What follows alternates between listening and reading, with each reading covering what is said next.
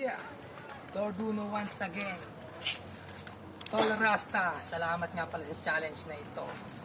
Ito na yung 16 bars ko. Hindi na mainit pero kaya pang makapasok. Game. Paring Carlo Manansala. Siya yung cameraman ko ngayon.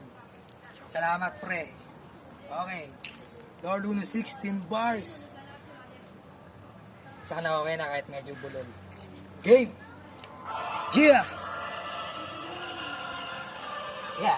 Talagang kulang sa practice, pre. Tol! Sana mamaya na to. Test mic! Kahit walang mic! Yeah.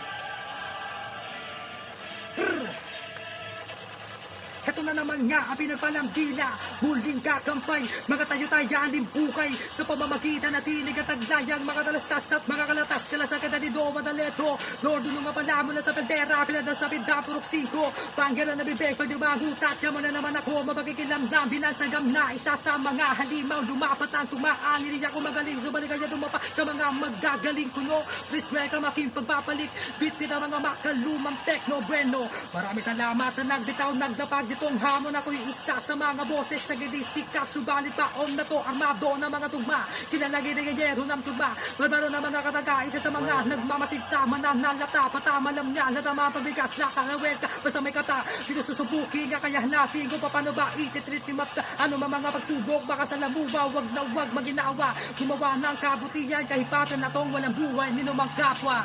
Break. Medyo bulol pa talaga.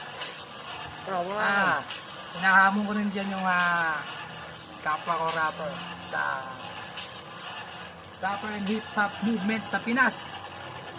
Sana makarating kay Prime Sinner, si Dead P, sino pa ba? Kaya kasi kabisari, iniisip ko eh. Kay Tol Rads. Yun lang. Thank you. Ikot yung camera para may tayong tropa. Bulbulol.